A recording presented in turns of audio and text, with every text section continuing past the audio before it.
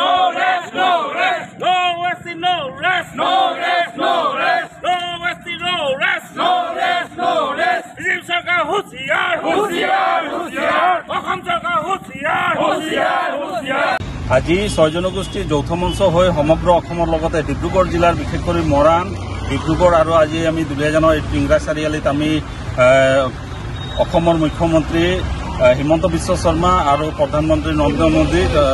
মোদীক আমি প্ৰতিমূৰ্তি দাহ কাৰ্যসূচী লৈছোঁ যিহেতু জনজাতি ক্ষেত্ৰত আজি অসমত 6 জনগোষ্ঠীক জনজাতিকৰণ কৰা হ'ব বুলি তেওঁলোকে নিৰ্বাচনত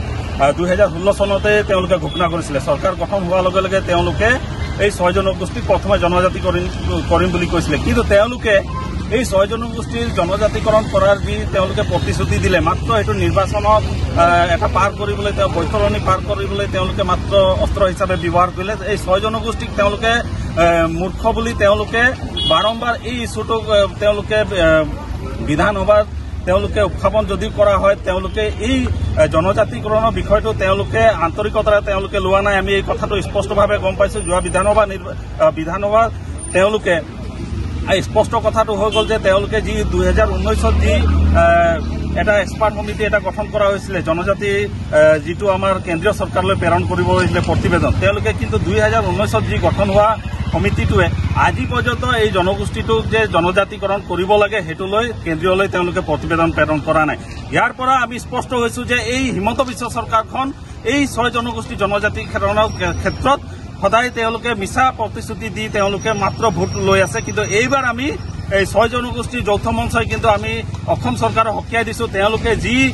ধৰণে তেওঁলোকে মিথ্যাচাৰৰ আশ্ৰয় লৈ তেওঁলোকে নিৰ্বাচনী পাৰ কৰি আছে এইবাৰ কিন্তু 6 জনগোষ্ঠীৰ যৌথ মঞ্চই আমি কিন্তু সাজু হৈ আছোঁ আজি বিশেষ কৰি আমি টিংৰা চাৰিআলিত চুতীয়া ছাত্ৰ সন্থা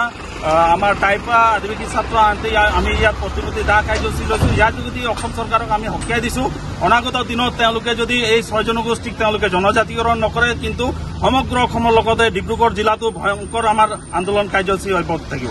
টেঙাখাটৰ ৰোগীসকলৰ বাবে সুখবৰ টেঙাখাটৰ এখন উন্নতমানৰ ঔষধালয় নাম টেঙাখাট মেডিকছ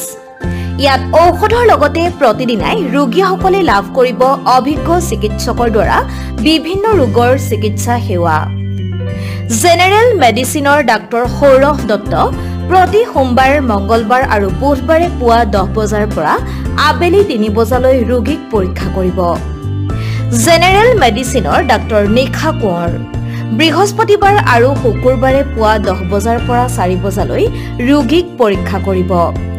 কমিউনিটি মেডিচিন আৰু শিশু ৰোগ বিশেষজ্ঞ ডাক্তৰ ফাৰহানা শাহিন হুছেইন প্ৰতি শনিবাৰে আবেলি 2 বজাৰ পৰা 5 বজালৈ আৰু দেওবাৰে পুৱা